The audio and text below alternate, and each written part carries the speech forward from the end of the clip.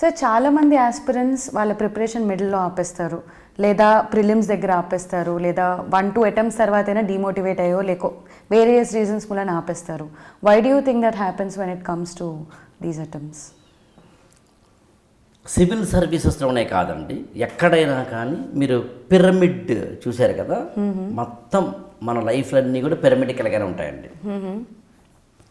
ఒక పనిని ప్రారంభించేవాడు చాలా ఎక్కువ మంది ఉంటారు. క్రమక్రమంగా స్టేజెస్ దాటుతున్న కొద్దీ ఆ ఉన్నత శిఖరానికి వెళ్ళేవాడు ఒకళ్ళిద్దరు ఉంటారు. అది ఒలింపిక్స్ అయినా, చెస్ లాంటి వాటిలైనా, స్పోర్ట్స్ అయినా, గేమ్స్ అయినా, సింగింగ్ అయినా, డ్యాన్సింగ్ అయినా, యాక్టింగ్ అయినా, సినిమా అయినా, సినిమాటోగ్రఫీ అయినా, పర్సనల్ డెవలప్మెంట్ అయినా, టీచర్ అయినా, ఇన్స్టిట్యూషన్స్ అయినా, సంస్థలైనా, ప్రభుత్వాలైనా, లీడర్స్ అయినా, సీఎంలైనా, పిఎంలైనా, ఎవరైనా. రాజకీయాల్లో ఎంతమంది ఉంటారండి, కానీ ఎంతమంది సీఎం పోస్ట్కి వెళ్తారు? Only one.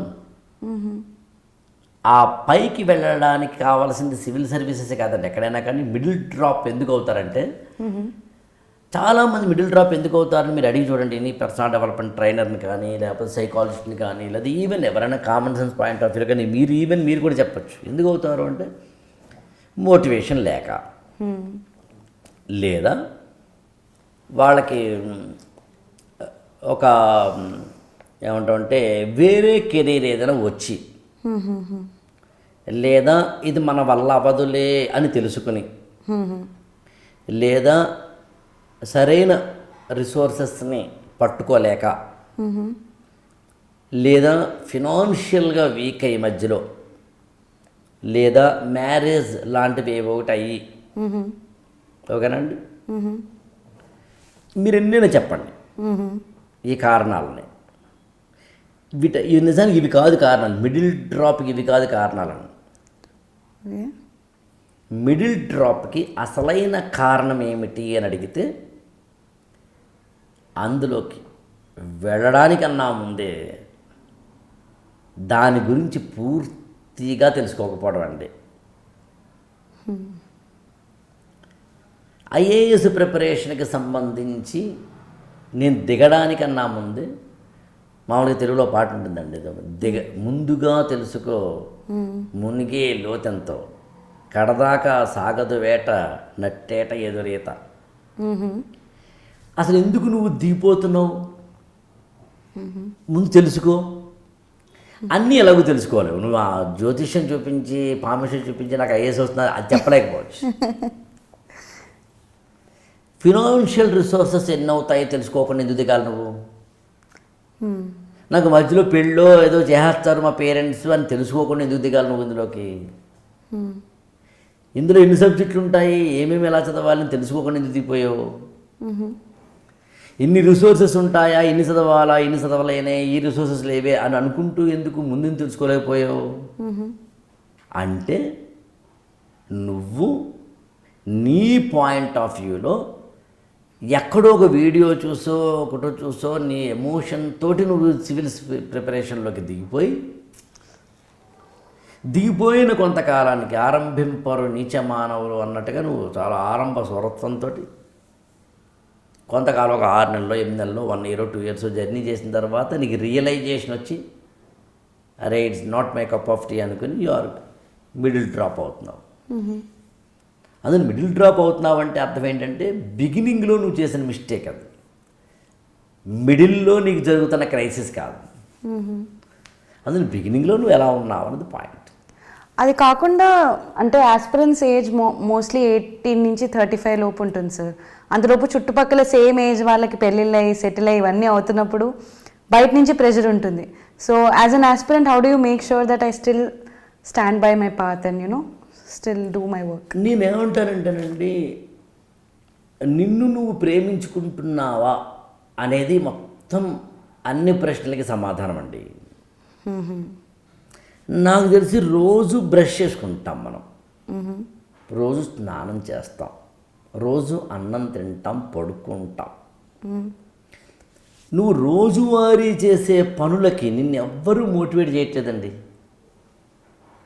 పొద్దున్నే ఎవరో వచ్చి నిన్ను లేపి దంతధావనం చేయడం గురించి, స్నానం చేయడం గురించి నీకు లెక్చర్లు ఇస్తే, భోజనం చెయ్యి అని ఒక 30 మంది వచ్చి నిన్ను భోంచేయి అని అడిగితే ఇది జరగట్లేదండి ప్రాసెస్లో.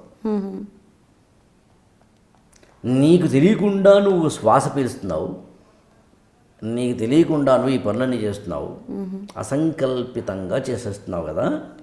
సిన్స్ ఎందుకని చెప్పండి, 2 కారణాలు. One is your brain is functioning. Brain function చేయనోడే కదా ఇవన్నీ చేయడు,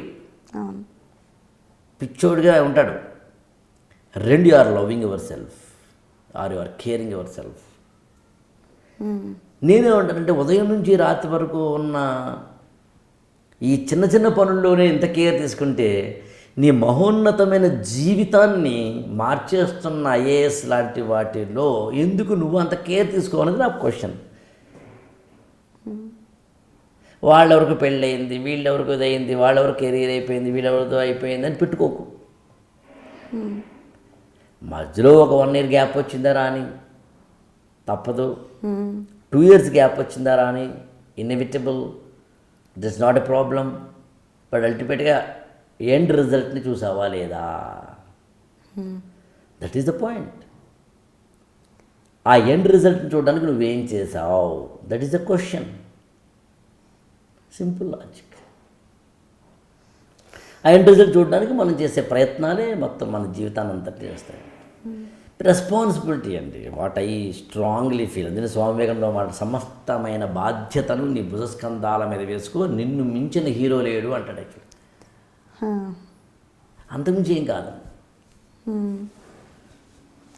నరేంద్ర మోడీ 70 ఏళ్ళు దాటాయండి, ఎంత ఏజ్ చూడండి. అంత ఏజ్లో కూడా ఇంకా యాక్టివ్గా పనిచేస్తూ 2 సార్లు పీఎం అయిన తర్వాత 3వ సారి అవడానికి కలలు కానీ అయ్యి వీలైతే 4వ సారి కూడా ట్రై చేస్తున్నాడండి ఆయన. మరి ఎవరిని మోటివేట్ చేశారా? ట్రంప్ వచ్చి రోజు ఫోన్ చేస్తాడా, అన్న బాగా చేయి అంటాడా? లేదే. ఒకసారి అమెరికాకి ప్రెసిడెంట్ అయిన తర్వాత ట్రంప్కున్న ఆస్తి అంతా కాదండి. మరి ఆయన ఎందుకు మళ్ళీ 2nd టైం యుఎస్ ప్రెసిడెంట్ అవ్వాలనుకున్నాడు, అయ్యాడు. సో మోటివేషన్ అనేది ఒకటి ఇచ్చేది కాదండి, it should be in you అండి. ఒకవేళ ఇచ్చినా అది 10 నిమిషాలు ఉంటుంది, 5 నిమిషాలు ఉంటుందండి. ఇప్పుడు 1 day ఉంటుంది, 1 year ఉంటుంది అనుకోండి. తాటి చెట్టు ఎక్కేవాడిని ఎంతవరకు తోస్తామని సామెత ఉంటుందండి. అలా హౌ కెన్ వి అసలు మిడిల్ డ్రాప్ ఎవరవుతున్నారు అంటే బిగినింగ్లో తెలుసుకొని వాళ్ళు అవుతున్నారు.